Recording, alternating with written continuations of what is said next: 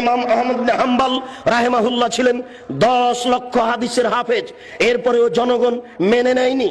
তার পায়ে রশি দিয়ে যেমন কুকুর মারা গেলে রাস্তায় মানুষ টেনে নিয়ে বাইরে ফেলে দিয়ে আসে, ইমাম আহমদ ইবনে হাম্বল তার যুগে নয়, এখন পর্যন্ত যত মানুষ এসেছে হাদিস শাস্ত্রে সবার চেয়ে বড় পণ্ডিত, এরপরেও জাতি তাকে মেনে নেয়নি, সমাজ তাকে মেনে নেয়নি।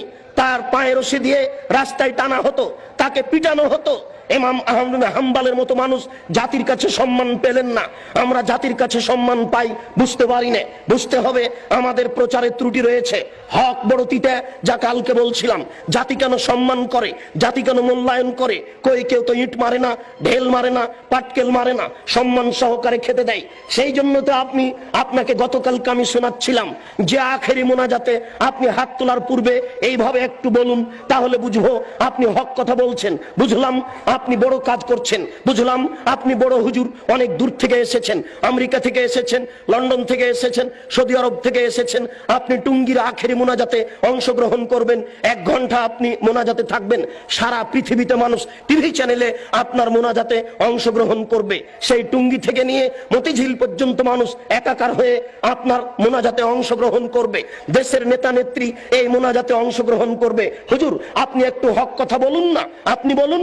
আল্লাহর নবী বলেছেন লা ইয়াফলাহু কওমুন ওয়াল্লাহু আমরাহুম ইমরাতান। ওই জাতি কোনোদিন পরিত্রাণ পেতে পারে না যে জাতি নারীকে করেছে নেত্রী। ওই জাতি কোনোদিন পরিত্রাণ পেতে পারে না যে নারীকে করেছে নেত্রী। ওই জাতি কোনোদিন পরিত্রাণ পেতে পারে না যে জাতি নারীকে করেছে নেত্রী।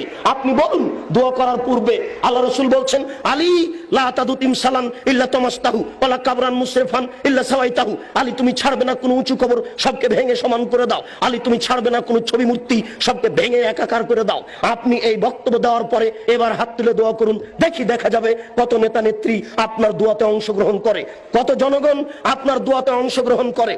আপনি হাত তুলে দোয়া করার পূর্বে বলুন আল্লাহর নবী বলেছেন মান সাদ্দা ফুরজাতান বানাল্লাহু লাহু বাইতান ফিল জান্নাহ। আল্লাহর নবী বলেছেন সালাত আদায় করার সময়তে দুইজনের মাঝে যেই ফাঁকা রয়েছে এই ফাঁকা বন্ধ করে যে আল্লাহ তার জন্য জান্নাতে ঘর নির্মাণ করেন। আপনি বলুন একটু, এরপরে আপনি হাত তুলে দোয়া শুরু করবেন। বাইতুল মুকাররম হচ্ছে বাংলাদেশের জাতীয় মসজিদ। বাংলাদেশের যারা বড় আলেম তারাই সেখানে খুতবা দেওয়ার অধিকার রাখে। বাংলাদেশের 3 কোটি আহলে হাদিসের আমির হচ্ছেন মুহতারাম আমিরে জামাত ডক্টর আসাদুল্লাহ গালিব, 5 ভাষার সমমানের পণ্ডিত। কই আজ পর্যন্ত আমরা দেখলাম না যে বাইতুল মুকাররমে তিনি খুতবা দিতে পারছেন। কোথায় হক রয়েছে? কে হকের কথা বলবে? আপনি একটু দোয়া করার পূর্বে বলুন। দেশবাসী শোনো, যারা বাইতুল মুকাররমের ইমাম তারাও শুনে রাখুন।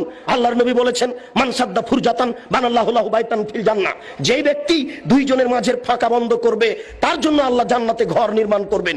আল্লাহর নবী বলছেন এই শোনো, আমি দেখতে পাচ্ছি দুইজনের ফাঁকা দিয়ে শয়তান প্রবেশ করছে। তিনি কত কিছু বললেন এই কাতারকে সুন্দর করে সারিবদ্ধ হয়ে প্রাচীরের মতো হয়ে দাঁড়ানোর জন্য।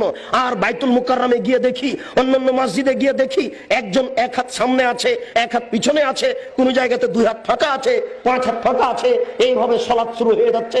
কই আপনি তো একটু হাত তোলার পূর্বে এই কথা বলতে পারেন না? বলুন দেখি, হক বোঝা যাবে কাতে, আর বোঝা যাবে কত মানুষ আপনার এখানে বেশি হয় আর কম হয়।